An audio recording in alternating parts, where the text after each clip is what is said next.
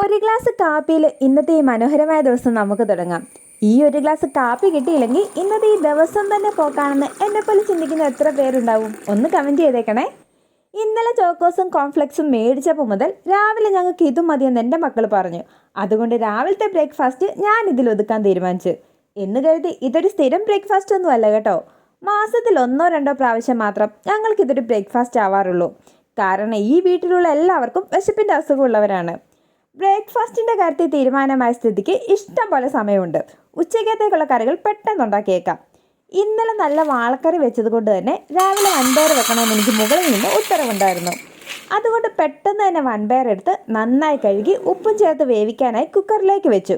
അപ്പോഴാണ് പല്ലുതേപ്പ് കഴിഞ്ഞ് എൻ്റെ കുട്ടീസ് എത്തിയത്.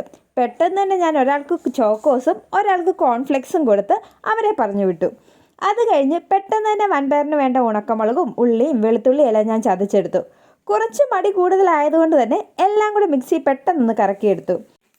പിന്നെ ഒട്ടും താമസിച്ചില്ല. പെട്ടെന്ന് തന്നെ പാത്രം അടുപ്പത്ത് വെച്ച് എണ്ണ ഒഴിച്ച് കടുക് പൊട്ടിച്ച് ചതച്ച് വെച്ച ഉണക്കമുളകും ഉള്ളിയും വെളുത്തുള്ളിയും കറിവേപ്പിലയും ചേർത്ത് ഒന്ന് മൂപ്പിച്ചെടുത്തു.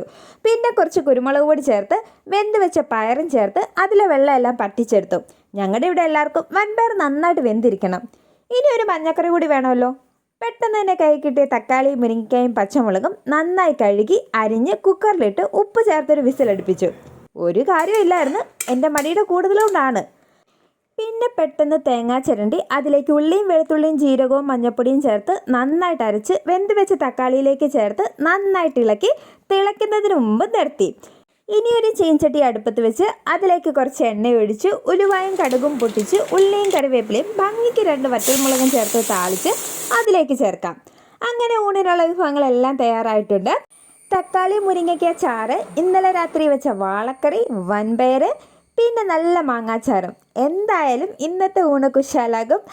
അപ്പോൾ മറ്റൊരു വീഡിയോ ആയിട്ട് വീണ്ടും കാണാം. അതുവരെ ബൈ ബൈ.